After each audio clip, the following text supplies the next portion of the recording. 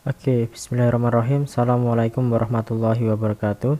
Selamat pagi siswa-siswi Emal Mansur kelas 10 IPA. Nah, pada kesempatan pagi hari ini kita akan melanjutkan pembelajaran mengenai teori-teori atom ya. Dimana pada pembelajaran minggu lalu ya, kita sudah mengetahui struktur dari atom. Tapi pada kali ini kita akan lebih ke teori tentang perkembangan teori atom. Nah, kemudian di pertemuan berikutnya lagi mungkin kita akan lebih detail lagi membahas atom, kemudian bentuk-bentuk atau jenis-jenis atom seperti itu. Oke, untuk perkembangan teori atom ya. Yang pertama,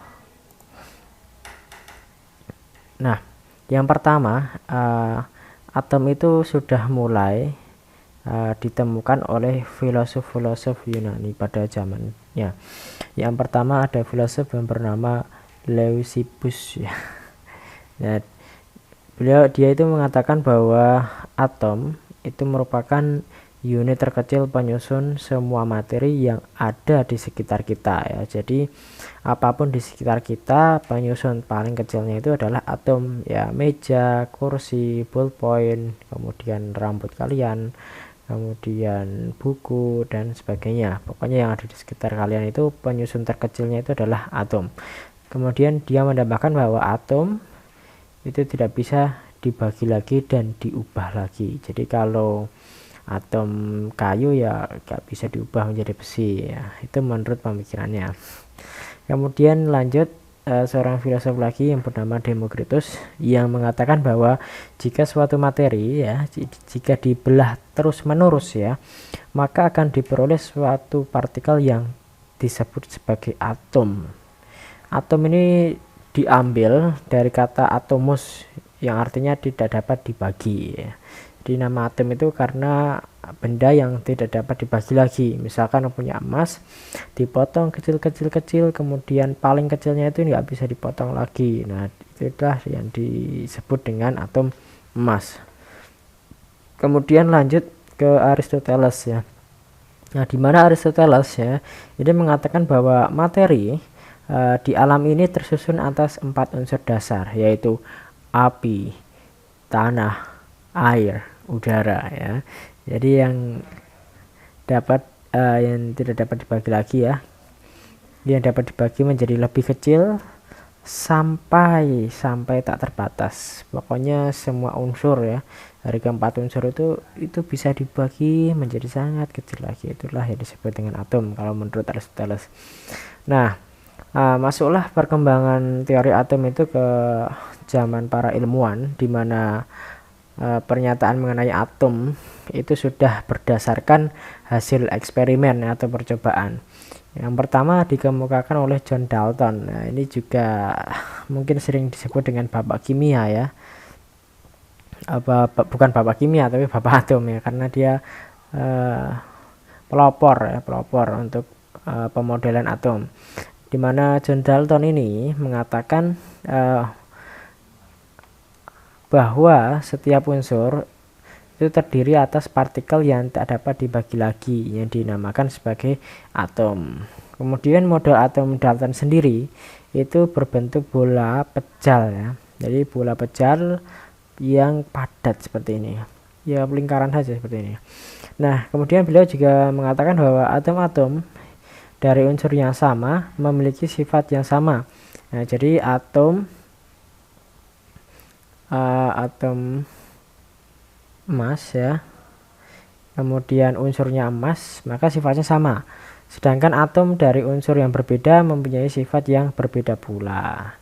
Nah, kemudian nomor 3 mengatakan bahwa atom dari suatu unsur tidak dapat diubah menjadi atom lainnya ya. Misalkan atom dari unsur besi tidak dapat diubah menjadi unsur platina walaupun dengan reaksi kimia ya. Kalau perubahan bentuk atom ya itu cuma terjadi kalau hanya terjadi penataan ulang saja.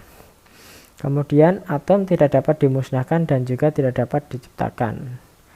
Kemudian yang kelima, atom-atom dari dua jenis unsur atau lebih bergabung membentuk senyawa seperti atom hidrogen menjadi senyawa hidrogen ya. Jadi H tambahan nanti jadi H2 itu. Nah, di sini tentunya teori yang dikemukakan Dalton itu mempunyai kelebihan dan juga kekurangan ya. Kelebihannya yang pertama, Dalton dia dapat menjelaskan hukum kekekalan massa, di mana massa sebelum reaksi akan sama dengan setelah reaksi. Nah, ini akan kita pelajari nanti. Kemudian ada juga kelebihannya yang kedua, dapat menjelaskan hukum perbandingan tetap atau hukum Proust. Ini juga kelak kita akan pelajari kelas 1 juga. Kemudian untuk kelemahannya ini masih sangat banyak sekali ya, karena baru pertama mengemukakan teori mengenai atom. Yang pertama, ternyata atom itu bukan sesuatu yang terkecil, karena ada partikel subatom penyusunan atom. Jadi di dalam atom itu sebenarnya ada partikel lagi, ada sesuatu lagi yang disebut dengan proton, elektron, dan juga neutron. Kemudian atom dari unsur yang sama itu dapat mempunyai massa yang berbeda. Jadi atom oksigen, kemudian atom oksigen juga ternyata dia bisa punya massa yang berbeda. Nah, ini merupakan pengertian dari isotop yang akan kita pelajari di pertemuan selanjutnya. Kemudian atom suatu unsur dapat diubah menjadi unsur lain melalui reaksi nuklir ya. Ternyata dapat diubah ya suatu atom menjadi atom lainnya, tapi dengan menggunakan reaksi nuklir. Kemudian beberapa unsur tidak terdiri atas atom-atom, melainkan dari molekul-molekul ya. Misalkan kayak air itu. Air dipecah menjadi ya molekul air. Misalnya senyawa kompleks.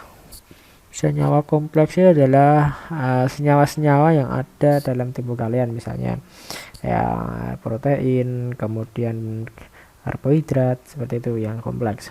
Nah, kemudian tidak dapat menjelaskan sifat kelistrikan suatu zat ya. Jadi suatu atom kan ada positif negatifnya kan, pasti punya sifat kelistrikan. Kemudian tidak dapat menerangkan cara atom berikatan.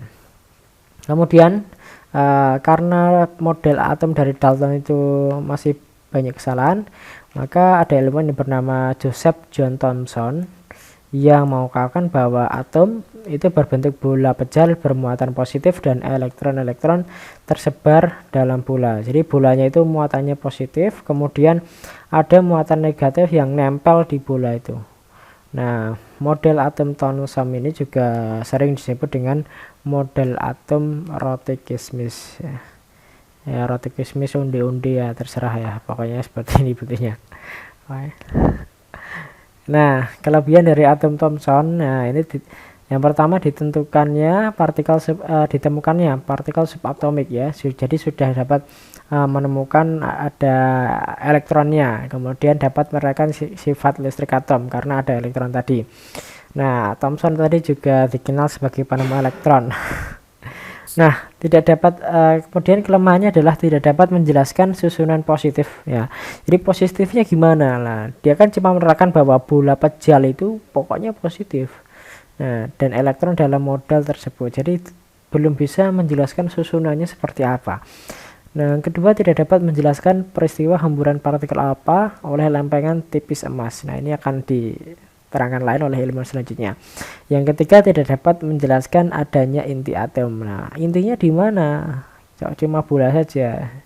Bedanya tambahi partikel elektron saja. Nah, kekurangan dari Thomson itu nanti disempurnakan melalui percobaan yang dilakukan oleh Rutherford ya.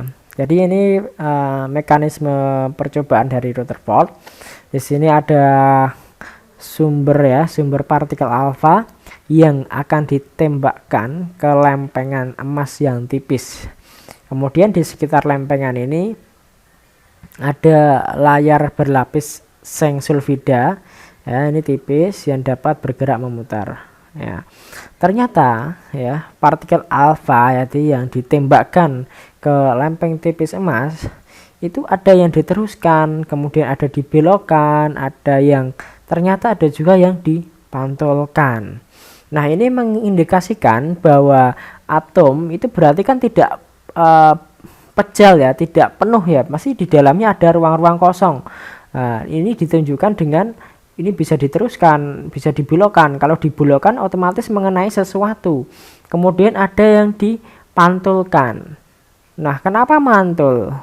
Kenapa nggak terserap? Nah di sini menunjukkan bahwa inti dari suatu atom itu bermuatan positif. Kenapa positif? Karena dalam hal ini sumber partikel alfa ya, partikel alfa itu identik dengan muatan positif ya. Jadi positif ketemu positif pasti akan tolak menolak, maka akan dipantulkan lagi. Nah, jadi Rutherford ini juga disebut sebagai penemu partikel positif atau proton ya.